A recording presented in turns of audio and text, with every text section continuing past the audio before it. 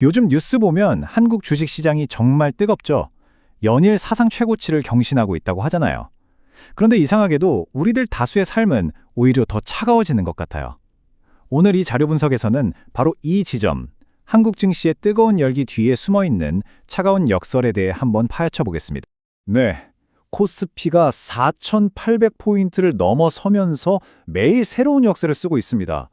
얼마 전까지만 해도 코스피 5,000은 그냥 꿈 같은 얘기였는데 이제는 정말 현실적인 목표가 된 거죠. 하지만 말이죠. 이렇게 자본시장은 뜨거운데 정작 많은 분들이 느끼는 삶의 온도는 점점 더 차가워지고 있어요.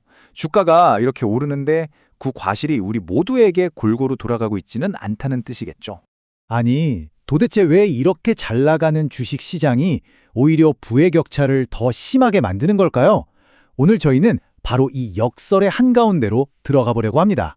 자, 이 문제의 핵심을 알려면요. 투자 수익에 세금을 매기는 두 가지의 아주 다른 방식을 먼저 알아야 합니다. 모든 이야기의 시작점이라고 할 수 있죠. 그게 바로 금융투자소득세, 줄여서 우리가 금투세라고 부르는 겁니다. 이 제도의 원칙 아주 간단하고 상식적이에요. 소득이 있는 곳에 세금이 있다. 그러니까 투자로 돈을 잃으면 세금 안 내고 돈을 벌었을 때만 그 이익에 대해서 세금을 내자는, 어떻게 보면 아주 합리적인 방식인 거죠. 이 둘의 차이는 정말 명확해요. 지금의 거래세는 내가 손해를 봤어도 주식을 팔았다는 그 행위 자체에 세금을 매기거든요. 반면에 금투세는 여러 투자에서 난 이익과 손실을 다 합쳐서 최종적으로 순이익이 났을 때만 과세하는 훨씬 더 합리적인 구조였던 거죠. 아니, 이렇게 딱 봐도 더 합리적으로 보이는 세금 제도가 왜 시행되기 바로 직전에 갑자기 폐지되었을까요? 그 이유를 들여다보면 지금 우리가 겪고 있는 상황을 더 깊이 이해할 수 있습니다. 당시에 엄청난 반대 여론이 있었어요. 금투세가 도입되면 주식시장이 폭락할 거다. 특히 개미라고 불리는 개인 투자자들이 엄청난 피해를 볼 거다. 이런 주장들이 막 퍼져나가면서 시장의 불안감을 키웠죠. 결국 어떻게 됐을까요? 원래는 여야가 합의해서 통과시켰던 법안인데도 불구하고 정치권이 이런 여론의 압박에 못 이겨서 금투세 폐지를 결정하고 맙니다. 그럼 지금 주식으로 돈을 벌었을 때 내는 양도소득세는 과연 누가 내고 있을까요? 이거 정말 놀랍습니다. 전체 투자자의 단 0.004%예요. 사실상 거의 모든 투자자는 세금을 한 푼도 안 내고 진짜 극소수의 초고액 자산가들만 세금을 내고 있다는 얘기죠.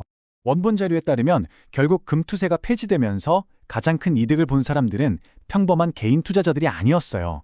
바로 계속해서 비과세 혜택을 누리고 싶었던 거대 사모펀드나 소수의 금융 엘리트들이었던 겁니다. 물론이죠. 금투세를 반대하는 쪽에서 항상 예시로 드는 게 있습니다.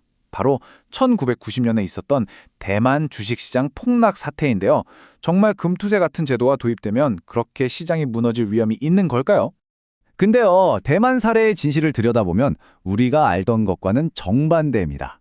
당시 대만은 이미 주가가 비정상적으로 10배나 폭등한 그야말로 엄청난 버블 상태였어요. 정부가 세금을 도입한 건 폭락의 원인이 아니라 오히려 이 통지불능의 과열을 좀 식히려고 내놓은 대응책이었던 거죠. 거품은 어차피 터질 운명이었습니다. 자, 그럼 이런 정책 결정이 우리 사회 전체, 특히 일에서 돈 버는 것의 가치에 어떤 영향을 미치고 있는지 한번 살펴보겠습니다. 이 그래프를 보시면 한국의 상위 10%가 나라 전체 순자산의 거의 절반에 가까운 46.1%를 가지고 있어요. 부의 집중이 정말 심각한 수준이라는 걸 한눈에 보여주는 숫자입니다. 그리고 이 숫자 0.625는 불평등도를 나타내는 순자산 진위계수라는 건데요. 이게 0에 가까우면 평등하고 1에 가까우면 불평등하다는 뜻이거든요. 근데 이게 사상 최고치를 기록했다는 건 격차가 그 어느 때보다도 빠르게 벌어지고 있다는 객관적인 증거인 셈이죠. 결국 이 모든 상황을 한 문장으로 정리하면 이렇습니다. 우리가 사는 사회가 땀 흘려 일해서 버는 돈보다 자산을 가지고 버는 돈이 제도적으로 더 유리한 사회가 되어가고 있다는 거죠. 이게 왜 중요할까요? 한번 생각해 보세요. 우리가 받는 월급은 세금이 꼬박꼬박 다 떼이잖아요. 그런데 수억, 수십억 원의 주식 차익이나 배당 소득에는 세금을 거의 안 내거나 아주 조금만 내는 혜택이 주어집니다.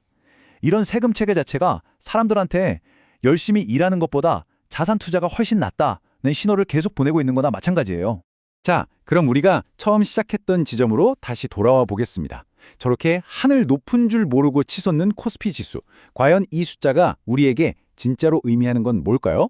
자료의 핵심 주장은 명확합니다. 건강한 자본시장으로 가는 길은 단순히 부자들 세금 깎아주는 길이 아니라는 겁니다. 조세 체계를 정상화하고 공정한 규칙을 만들어서 모두가 그 성장의 과실을 함께 나눌 수 있도록 만들어야 한다는 거죠. 마지막으로 이 질문을 던지면서 마무리하겠습니다. 우리 눈앞에 코스피 5000이라는 저 숫자는 과연 모두가 함께 성장하고 있다는 진보의 신호일까요? 아니면 소수만을 위한 불평등의 새로운 기록이 될까요? 이 질문에 대한 답은 결국 앞으로 우리가 어떤 선택을 하느냐에 달려 있을 겁니다.